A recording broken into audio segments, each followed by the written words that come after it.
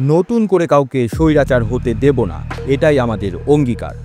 বাংলাদেশের ইতিহাসে একাধিকবার আমরা দেখেছি গণতন্ত্রের উপর আগ্রাসন, মানুষের কণ্ঠরোধ, ভোটাধিকার হরণ।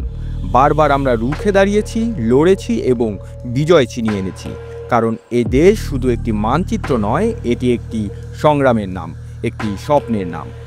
আজ আবারও যখন বিভিন্ন কৌশলে, ষড়যন্ত্রে অন্ধকার থেকে উঠে আসতে চায় নতুন একক শাসনের হাতছানি, তখন আমাদের উচ্চারণ একটাই: নতুন করে কাউকে স্বৈরাচার হতে দেব না।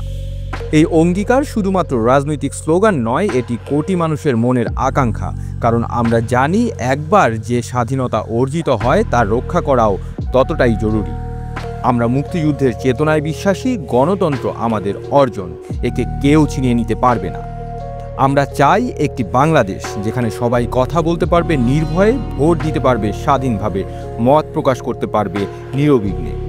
আমরা চাই না আর কোনো একতরফা শাসক, কোনো গণবিরোধী শক্তি দেশটিকে আবার আঁধারে টেনে নিক। আজ তাই সময় এসেছে সবাইকে নিয়ে, সব বিভাজন ভুলে একসাথে দাঁড়ানোর, উচ্চারণ করার: না, আর না। নতুন করে কাউকে স্বৈরাচার হতে দেব না। গণতন্ত্রই হবে এদেশের একমাত্র পথ।